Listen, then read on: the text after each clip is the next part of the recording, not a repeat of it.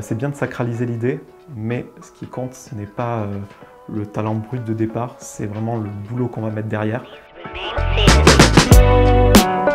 Je m'appelle Jordan Ménard, j'ai 33 ans, je suis originaire de Carcassonne dans le sud de la France. J'habite à Paris depuis 2015, je suis le fondateur du podcast Cadavre Exquis. Très bonne question. Le mot podcast on oublie. Je parle d'une émission radio que l'on trouve sur internet. Et je dis tout simplement que c'est une conversation entre un invité et moi. Un invité qui est une personne au parcours que je juge inspirant. La politique, le sport, le cinéma, la littérature. On déroule ensemble son parcours pour savoir comment il en est arrivé là où il en est aujourd'hui. Je m'adresse à eux comme je m'adresserai à quelqu'un de mon entourage à la terrasse d'un café. Ça permet aussi de faire sauter les barrières. Alors la première question que je pose à mes invités, c'est tout simplement « Bonjour, comment ça va ?» Ça me permet d'instaurer le tutoiement, de mettre mes invités à l'aise. Il faut savoir que je m'adresse de la même façon, que ce soit un artiste émergent ou à une personnalité publique avec plusieurs années de carrière derrière elle. J'ai le podcast depuis environ 15 mois. Ça a commencé chez moi et ça continue chez moi. Je vais dire, allez, 70% de mes invités sont enregistrés dans mon salon, sur ma table à manger. C'est un prétexte pour faire un petit apéro, donc il y a toujours une bonne bouteille de vin, des bières, les petits graissins qui vont bien avec le caviar d'aubergine. Je dois parfois me déplacer dans des locaux professionnels, type maison d'édition, label, bureau. Et parfois, certains se sentent plus à l'aise chez eux, ils veulent jouer à domicile, je comprends. Donc je me déplace, je me sens assez privilégié, c'est bien aussi. Comme ça, je pense à Pascal Légitime des Inconnus, Donald Renew qui est Petit Spider-Man, bref, qui est la voix de l'adolescence de tous les trentenaires d'aujourd'hui, Daniel Auteuil qu'on a cité, Paul Taylor plus récemment. J'ai été très touché par deux invités en particulier, Guillaume Batz, l'humoriste qui a la maladie des os de verre, Thomas, un chanteur qui est né sous X. Quand il raconte son histoire, je peux vous dire que j'avais les poils.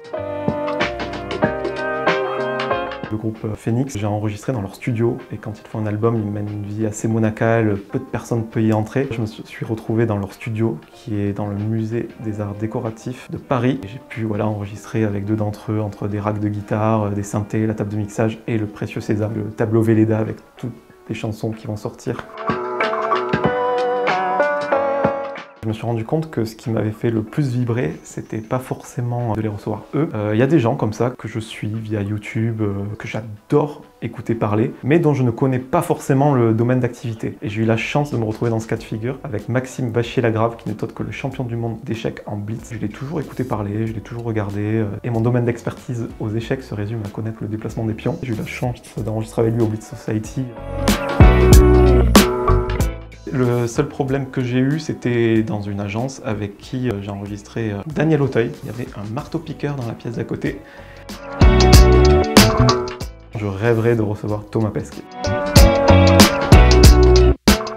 Personnage de fiction, le premier qui me vient à l'esprit, ce serait le personnage principal du livre Ne tirez pas sur l'oiseau moqueur d'Harper Lee. Ça se passe pendant la Grande Dépression des années 30, dans l'Amérique sudiste ségrégationniste. Et le personnage principal, du coup, s'appelle Atticus Finch. C'est un père de famille, veuf, en pleine dépression. Et lui, du coup, avocat, se voit commis d'office à la défense d'un homme noir qui s'appelle Tim Robinson, qui est accusé de viol sur une petite fille. Il va accepter la mission et défendre cet homme. Et je trouve que c'est assez inspirant et ça fait écho à pas mal de choses qui se passe aujourd'hui.